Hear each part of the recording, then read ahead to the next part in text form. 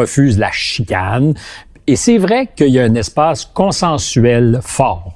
Le couloir est étroit au Québec, puis on aime ça quand on finit par s'entendre, et même non pas quand on finit par s'entendre, mais quand au départ, on s'entend pour s'entendre. Il y a un peu de ça. Donc, je pense que la question est légitime, mais j'ai l'intuition qu'il y a beaucoup d'appétit aussi, puisque j'avais une métaphore qui nous a ramenés à la table. Je pense qu'il y a beaucoup d'appétit pour des échanges d'opinions qui, justement, sortent de ce couloir consensuel. Je pense que la palette des opinions, des sentiments, et même dans certains cas, des ressentiments, est plus vaste que ce que l'on peut entendre et voir ou lire dans nos médias, et qu'en amont, il y a une espèce de stérilisation de la conversation qui se fait. Et que je n'aime pas. C'est pas unique au Québec. Je pense que c'est clair que les plateformes dites grand public, par définition, sont plus frileuses, cherchent le consensus, je le conçois, mais au-delà de ça, je crois sincèrement que les citoyens, pour moi, je pense qu'on parle des citoyens, pas des consommateurs, là-dessus, je suis vraiment bec et ongle acharné.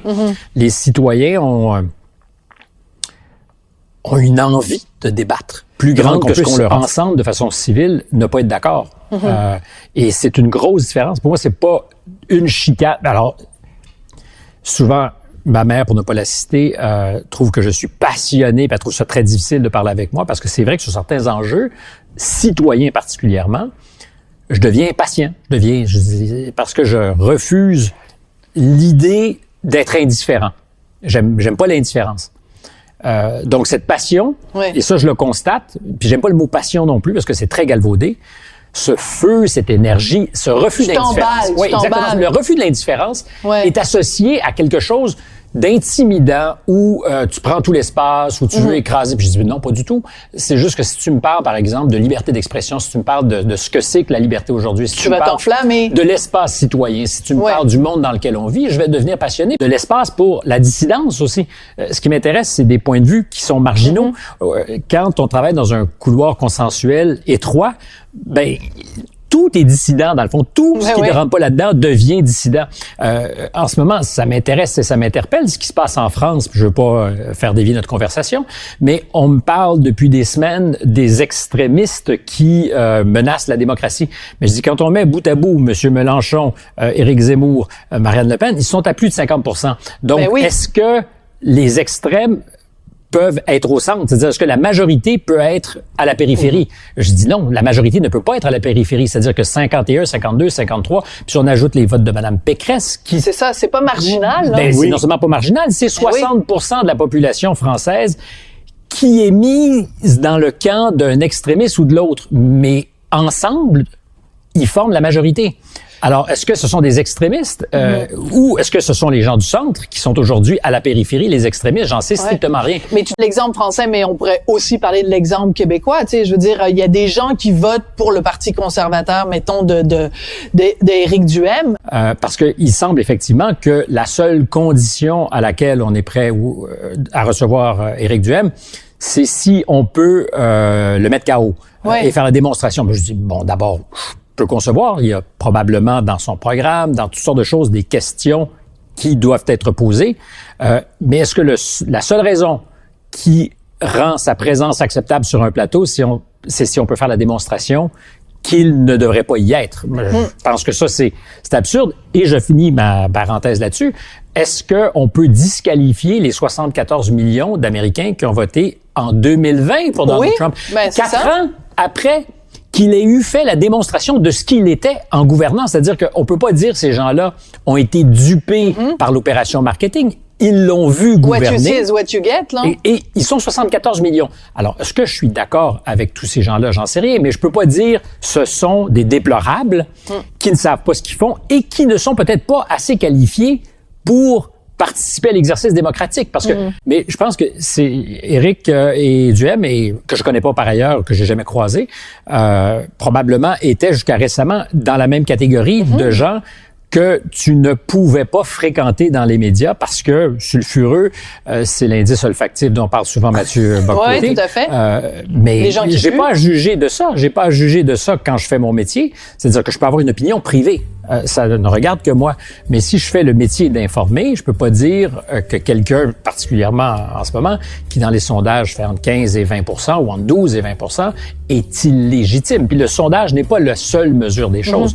Mais j'ai pas à dire, moi, t'es illégitime parce que ta position n'est pas celle du couloir consensuel, disons. Il y a quelqu'un quelque part qui décide que il y a des gens à qui on peut poser des questions. C'est ça. Mais qui décide ça? J'en ai aucune idée. Je sais pas où est le tribunal qui arbitre ces décisions. Mais on perd les pédales parce que, encore une fois, Didier Raoult, j'ai aucune affection particulière pour lui. Je suis poigné pour souvent le défendre. J'ai pas envie de le défendre. C'est un grand garçon capable de faire ça. Je défends mon choix de l'avoir interviewé. Oui, puis tu défends un principe. Le principe de pouvoir faire entendre des voix. Et elle n'était pas banale dans le débat, la sienne. Et je dis on perd les pédales parce que jusqu'à tout récemment, il était quand même à la tête d'un des instituts de pointe en épidémiologie. C'était un des spécialistes les plus cités, les plus publiés. Alors ça se peut que quelqu'un perde les pédales qui devienne atteint de cette espèce de délire des grandeurs. Quoi, je pense qu'il l'a toujours eu. Faut voir de quelle famille il vient.